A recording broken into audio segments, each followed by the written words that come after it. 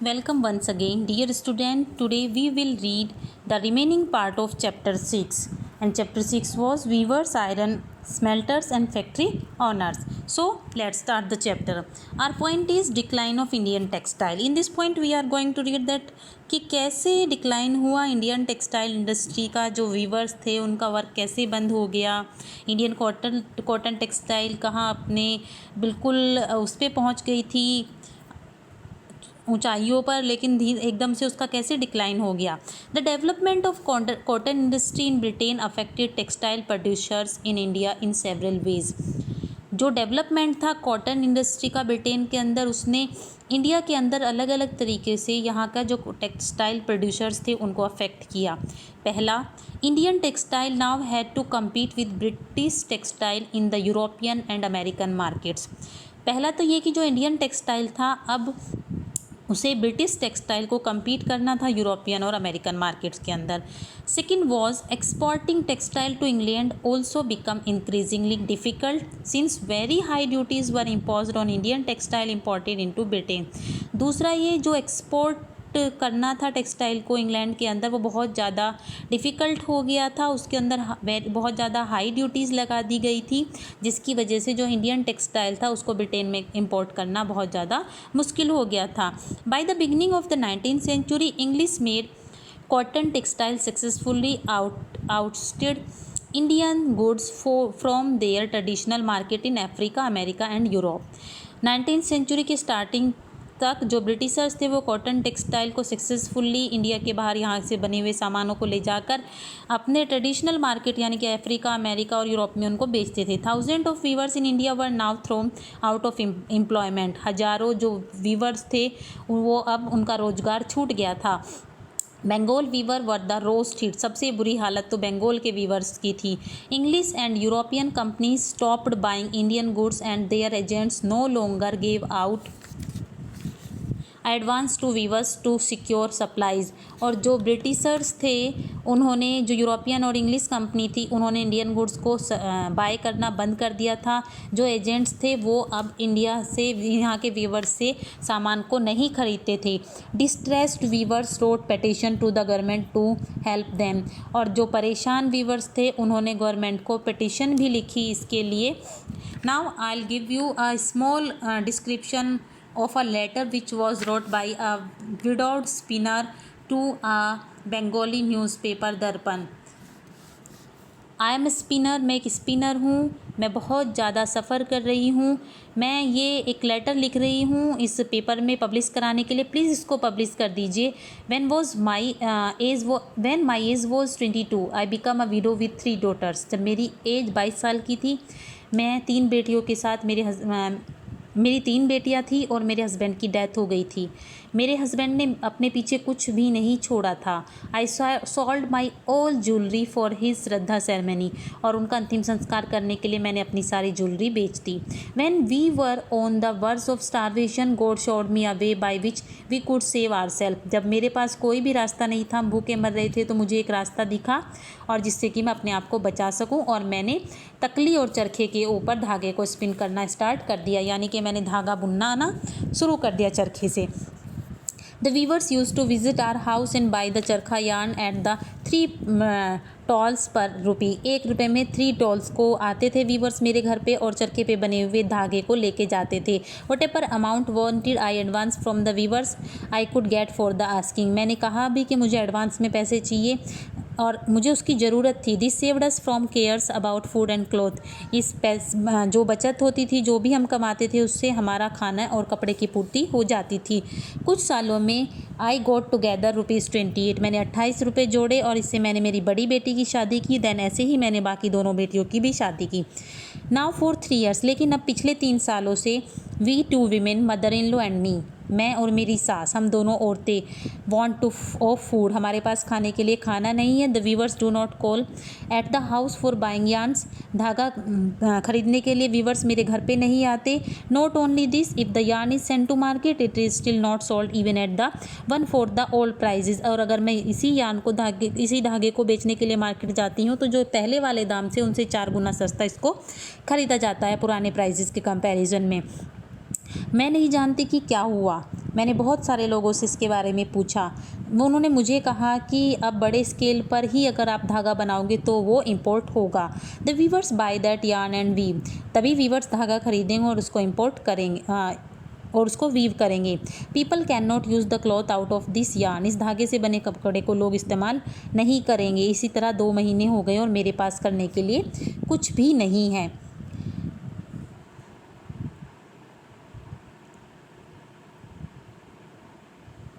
Advance to weavers to secure supplies, distress weavers wrote petition to the government to help them. मैंने अभी आपको बताया कि जो वीवर्स थे उन्होंने गवर्नमेंट को एक पिटिशन डाली, उसमें लिखा कि हम बहुत सारे टाइम से आप लोगों की मर्ज़ी के हिसाब से कपड़ा बुन रहे थे, आप लोग हम और हमारे एंसेस्टर आपके अकॉर्डिंग वर्क कर रहे थे, लेकिन आज के टाइम में जो हमारी लिवलाइहुड है वो हमसे छीन ली गई है। हमने क्या कमी की है इसमें।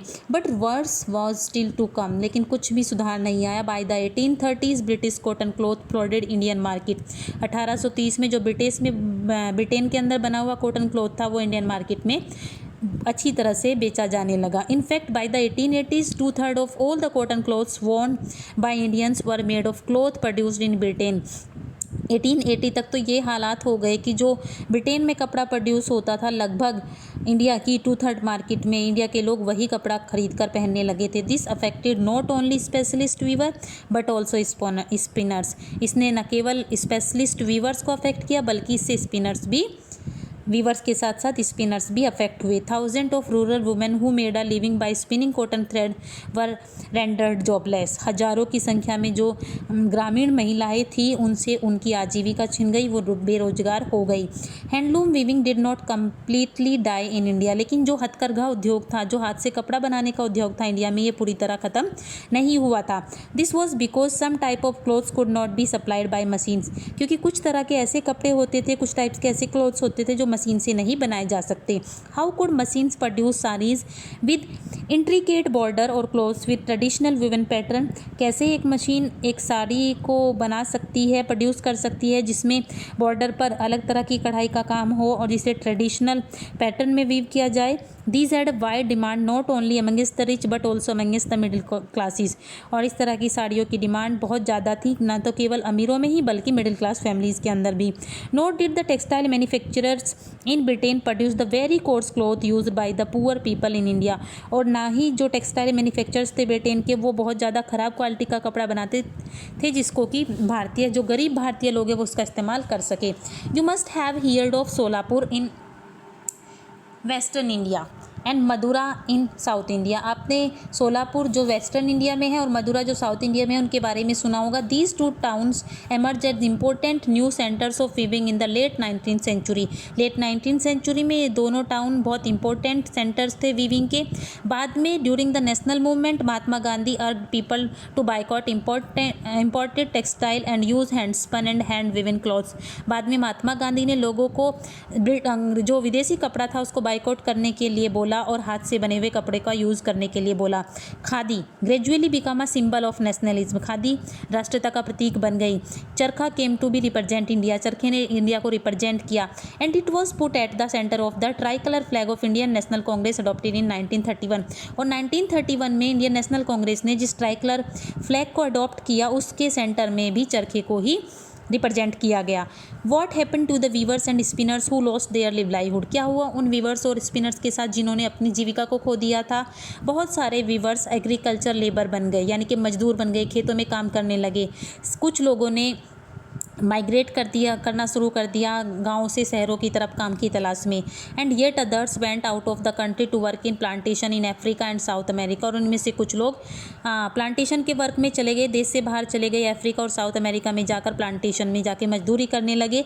सम of these handlooms weaver also found work in the new cotton mills that were established in Bombay, now we known as Mumbai, Ahmedabad, Solapur, Nagpur and Kanpur. और कुछ जो वीवर्स थे उन्होंने जो नई वीविंग इंडस्ट्री यहाँ पे एस्टेब्लिश हुई थी बॉम्बे, अहमदाबाद, सोलापुर, नागपुर और कानपुर में, वहाँ जाकर एज ए वर्कर काम करना स्टार्ट कर दिया।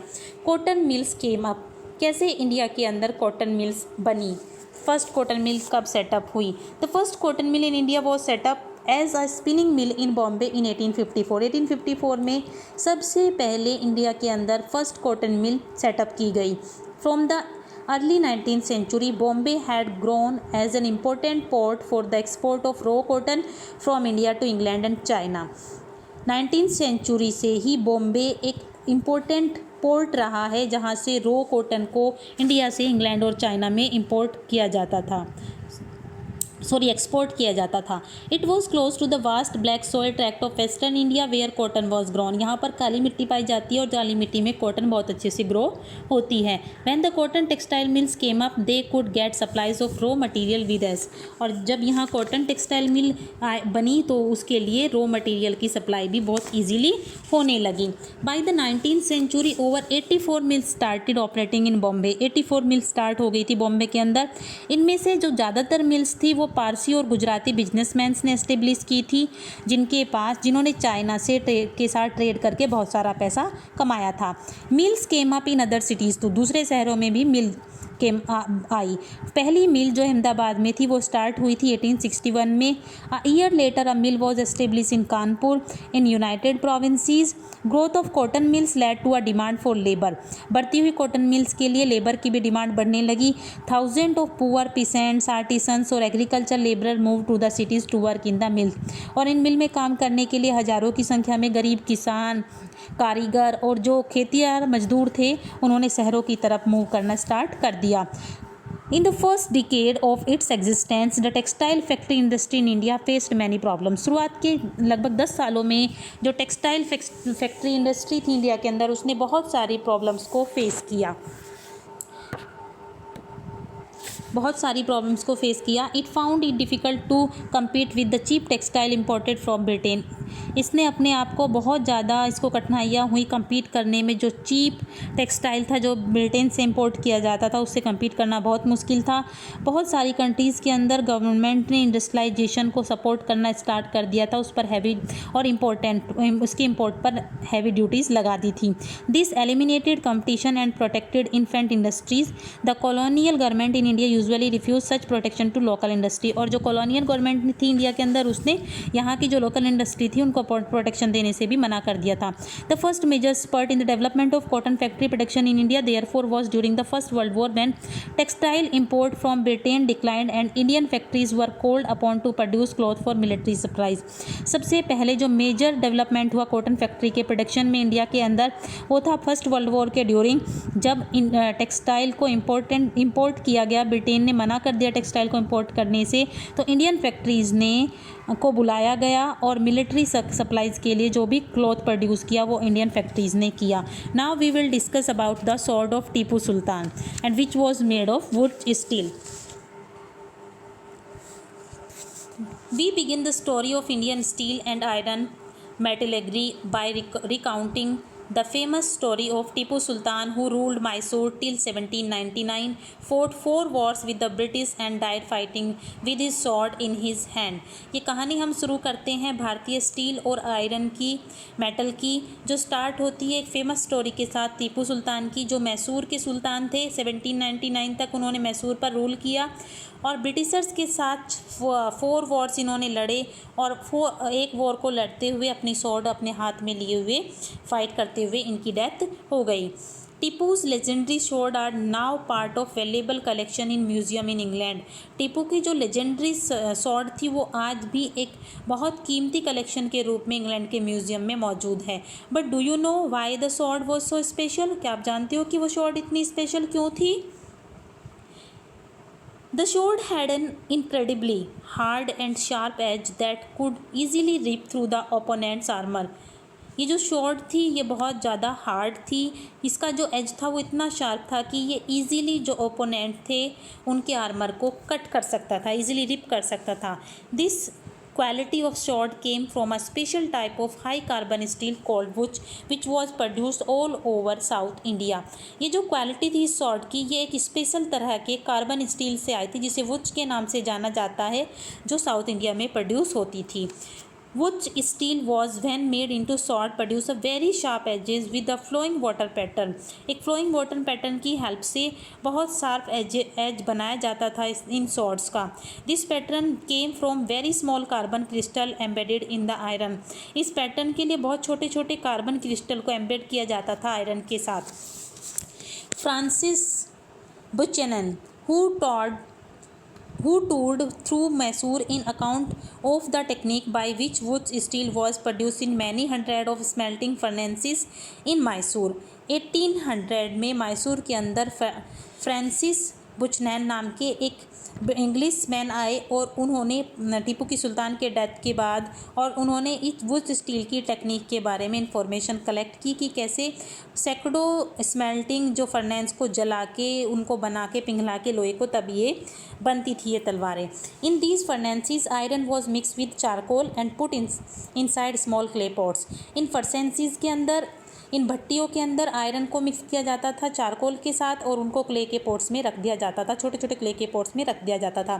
Through an intricate control of temperature, the smelter produced steel ingots that were used for sword making not just in India but in West and Central Asia too. जो smelters थे वो बहुत ज़्यादा temperature को control करके ध्यान रख के इस स्टील को बनाते थे और जिससे स्वॉर्ड बनती थी ना कि भारत में बल्कि वेस्ट और सेंट्रल एशिया में भी. Wood is an Englishised version of Kannada word urukku. जो ये वुड वर्ड है ये इंग्लिश में वर्जन किया गया है कन्नड़ वर्ड का जिसका मतलब है उरुकू. तेलुगु लैंग्वेज में इसको हुक्कू और तमिल और मलयालम लैंग्वेज में इसको उरुकू बोलते हैं जिसका मतलब होता है steel. Indian wood steel fascinated European scientist Michael Faraday. Michael Faraday who he was a European scientist. इनको भी बहुत ज़्यादा उत्सुक किया इस वुड स्टील ने. जो लेजेंडरी साइंटिस्ट थे और उन्होंने इलेक्ट्रिसिटी को डिस्कवर्ड किया था एंड इलेक्ट्रोमैग्नेटिज्म को. इन्होंने 4 साल स्टडी करने में बिताए इंडियन वुड्स के कि इसकी प्रॉपर्टी क्या है. However the wood steel making process which was so widely known in south India was completely lost by the mid 19th century तक जो ये वुड स्टील को बनाने की जो परंपरा थी साउथ इंडिया के अंदर ये कम्प्लीटली लॉस्ट हो चुकी थी. Can you guess why this was so? आप गेस कर सकते हैं ऐसा क्यों हुआ. The sword and armour making industry died with the conquest of India by the British and import of iron and steel from England displaced the iron and steel produced by the craft peoples in India. क्योंकि जो sword और armour making industry थी वो बिल्कुल ख़त्म हो गई थी जब ब्रिटिश कंपनी ने इंडिया के ऊपर अधिकार कर लिया था और यहाँ के बाज़ारों पर आयरन और स्टील इंडस्ट्री जो इंग्लैंड से प्रोड्यूस की जाती थी उसने अपना अधिकार कर लिया था. Next point is abandoned furnaces is villages. जो भट्टियों का जो काम होता था इन लोहे को पिघलाने का जो काम होता था गाँव के अंदर वो कैसे ख़त्म होता चला गया. Production of wood steel required a highly specialised technique of refining iron. Iron को रिफाइन करने की एक बहुत ज़्यादा स्पेशलाइज्ड टेक्निक की रिक्वायरमेंट होती है वुड के प्रोडक्शन के लिए. But iron smelting in India was extremely common till the end of 19th century. लेकिन जो ये आयरन स्मेल्टिंग थी इंडिया के अंदर ये 19th सेंचुरी तक ही कॉमन थी. बिहार और सेंट्रल एशिया में पर्टिकुलरली हर ज़िले में स्मेल्टर्स मिलते थे जो लोकल जो वहाँ की खदानें थी वह और से जाके आयरन को कलेक्ट करते थे और इससे का इस्तेमाल इम्प्लीमेंट्स और टूल को डेली यूजेस के टूल्स को मैन्युफैक्चर करने में किया जाता था. The furnaces were most often built of clay. जो ये भट्टियाँ होती थी ये क्ले की बनी होती थी और या फिर सन ड्राइड ब्रिक्स से बनी होती थी. The smelting was done by the man while women work the bellows. जो स्मेल्टिंग का काम था पिघलाने का काम था वो आदमियों के द्वारा किया जाता था लेकिन जो वीमेंस थी वो इनमें बिलो का काम करती थी यानी कि एयर को पंप करती थी ताकि चारकोल को जलाया जा सके. लेट 19th सेंचुरी तक जो ये क्राफ्ट था आयरन का ये बिल्कुल डिक्लाइन हो गया. बहुत सारे जो विलेजेस थे विलेजेस के अंदर जो फर्नेसेस थी उनका डिसयूज़ होने लगा. बहुत बड़ी संख्या में आयरन का जो प्रोडक्ट्स था वो ख़त्म होता चला गया. ऐसा क्यों हुआ? पहला रीज़न था जो न्यू फॉरेस्ट लॉ आया था जिसके बारे में we have read about this in chapter 4 कि जो कॉलोनियल गवर्नमेंट थी उसने लोगों को एंटर करने से मना कर दिया था बिकॉज उन्होंने कहा था this forest are reserve for the British government. और जो इस आयरन स्मेल्टर थे उन्हें चारकोल और वुड की नीड थी अपने इन फर्नेसेस को चलाने के लिए. तो फिर ये आयरन और कहाँ से लेके आएंगे अगर इनको फॉरेस्ट में ही एंट्री नहीं थी. In some areas, the government did not grant access to forest, but the iron smelter had to iron smelters को इन फॉरेस्ट में जाने के लिए फॉरेस्ट डिपार्टमेंट को बहुत ही हाई टैक्स पे करना पड़ता था तब जाकर ये अपनी फर्नेसेस पर वर्क कर पाते थे जिससे इनकी इनकम ख़त्म होती चली गई. लेट 19th सेंचुरी तक जो आयरन और स्टील इंडस्ट्री थी उसका इम्पोर्ट ब्रिटेन से होने लगा. आयरन स्मिथ जो इंडिया के थे उन्होंने आयरन के यूटेंसिल और इम्प्लीमेंट को ब्रिटेन से इंपोर्ट करना स्टार्ट कर दिया। By the early 12th century the artisan producing iron और steel faced a new competition. और जो 20वीं शताब्दी की शुरुआत में इन आर्टिसंस को स्टील और आयरन इंडस्ट्री के लिए बहुत ज़्यादा नए कॉम्पिटिशन इनके लिए खड़े हो गए। Our next point is iron and steel factories came up in India. कैसे इंडिया के अंदर आयरन और स्टील इंडस्ट्री आई, कैसे फैक्ट्रीज आई। 1904 में 1904 में अप्रैल के मंथ में चार्ल्स वेल्ड एक अमेरिकन जियोलॉजिस्ट थे और दोराबजी टाटा ये एल्डेस्ट सन थे जमशेदजी टाटा के। इन्होंने छत्तीसगढ़ की ट्रैवल की और आयरन और डिपॉजिट के लिए सर्च किया।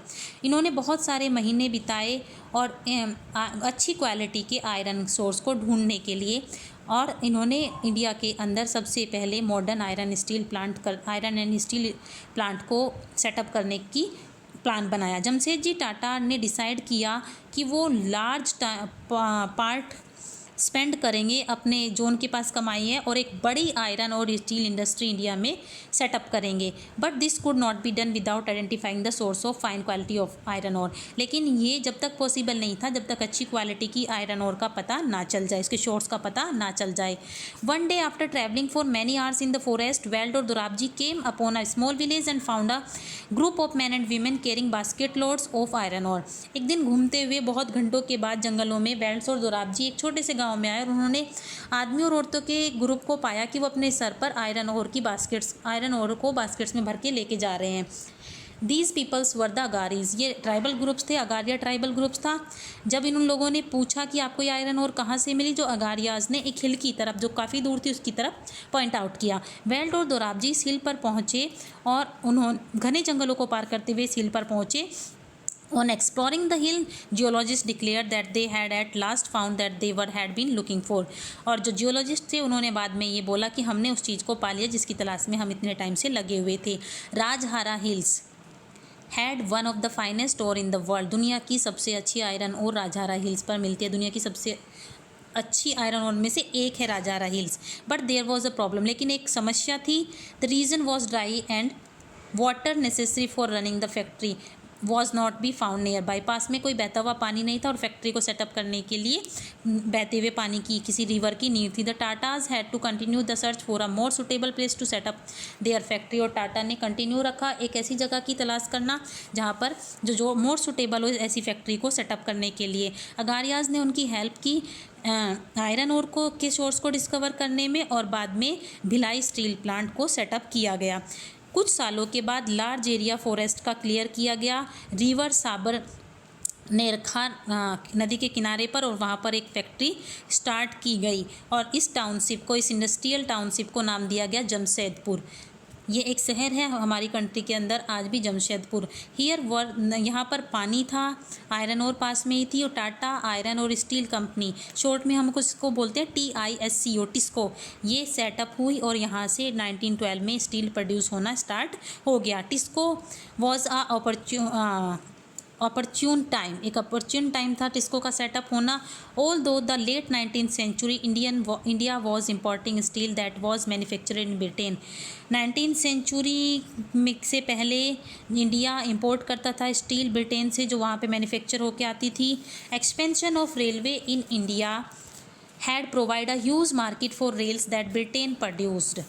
बहुत बड़ी संख्या में रेलवे लाइन्स बिछना शुरू हो गई इंडिया के अंदर, और इसमें जो आयरन का यूज़ किया जाता था रेलवे लाइन के लिए वो ब्रिटेन से प्रोड्यूस होकर आती थी। फॉर एक लंबे टाइम तक ब्रिटिश एक्सपर्ट्स ने इंडिया के अंदर रेलवे लाइन को बिलीव किया कि अच्छी क्वालिटी की स्टील इंडिया में भी प्रोड्यूस की जा सकती है। बाय द टाइम समय के साथ टिस्को सेटअप हो गई, सिचुएशन बदलने लगी। 1914 में फर्स्ट वर्ल्ड वॉर हुआ, स्टील प्रोड्यूस की गई ब्रिटेन में। जो स्टील प्रोड्यूस होती थी, जो डिमांड थी वॉर के लिए यूरोप में, वो ब्रिटेन पूरी नहीं कर पा रहा था। So important of British steel into India decline dramatically. इसीलिए जो इंडिया के अंदर ब्रिटिश स्टील का जो इंपोर्ट होता था वो बंद हो गया और इंडियन रेलवे ने टिस्को की तरफ टर्न कर लिया और इस टिस्को ने रेलवे को सप्लाई करना स्टार्ट कर दिया। As the war dragged on the several years, ये जो वॉर थी ये कई सालों तक चली। टिस्को ने अच्छी क्वालिटी की सेल्स और करेज व्हील्स प्रोड्यूस किए इस वॉर के दौरान। 1919 में कॉलोनियल गवर्नमेंट ने 90% स्टील जो टिस्को ने मैन्युफैक्चर की थी उसको बाय किया। Over the time TISCO became the biggest steel industry within the British Empire. British Empire में टिस्को भारत की सबसे बड़ी स्टील इंडस्ट्री बन गई। In the case of iron and steel as in the case of textile industry expansion occurred only when British import into India declined and the market for Indian industrial goods increased। इस तरह से जो iron और steel industry थी इसके साथ साथ जो कॉटन टेक्सटाइल इंडस्ट्री थी उसको भी बढ़ावा मिला और इंडिया के अंदर जो ब्रिटेन से इंपोर्ट होके यहाँ जो टेक्सटाइल चल रहा था, मार्केट के अंदर जो सामान बेचा जा रहा था वो कम होने लगा और इंडियन जो इंडस्ट्री से जो चीज़ें गुड्स जो बनता था वो इंक्रीज़ होने लगा। This happen during the first world war and after. ये सब पहले वर्ल्ड वॉर और उसके बाद हुई ये सारी चीज़ें। As the nationalist movement develop and the industrial class became stronger the demand for government protection become louder. जैसे जैसे राष्ट्रवादी जो मूवमेंट था वो डेवलप हुआ, इंडस्ट्रियल क्लास और ज़्यादा स्ट्रोंग हो गए, जो डिमांड थी गवर्नमेंट के लिए प्रोटेक्शन की वो और ज़्यादा तेज हो गई। यानी कि हमारे कंट्री के अंदर अपनी फ्रीडम, अपनी इंडिपेंडेंस को लेकर, अपनी प्रोटेक्शन को लेकर डिमांड बढ़ने लगी। Struggling to retain its control over India the British government had to concede many of these demand in the last decade of colonial rule. Colonial rule के आखिरी कुछ सालों में ब्रिटिश गवर्नमेंट ने इंडिया की बहुत सारे डिमांड को मानना स्टार्ट कर दिया और यहाँ पर इंडियन कॉटन टेक्सटाइल और आयरन एंड स्टील इंडस्ट्री ने अपनी धाक जमा ली। पूरी तरह से इंडिया के अंदर आया तो लेट, लेकिन 20th सेंचुरी में इंडिया में भी इंडस्ट्रियलाइजेशन आ गया। यानी कि लेट 19th सेंचुरी से ये स्टार्ट हो गया था, जबकि ब्रिटेन में ये पहले ही स्टार्ट हो गया था। इसीलिए we are a developing country and Britain is a developed country, क्योंकि वहाँ इंडस्ट्रियलाइजेशन पहले आ गया था और हम काफ़ी टाइम तक ब्रिटिशर्स के अंडर में रहे। हमें काफ़ी टाइम बाद इंडिपेंडेंस मिली और हमारे जो भी इंडस्ट्री थी, जो भी वर्क थे वो बाद में सेटअप हुए और हमारी कंट्री को टाइम लगा अपने आप को डेवलप करने में। एंड ना we are continuous trying to developed our country. Our government, the people of India want that our country should be a developed country. Thank you. Have a nice day.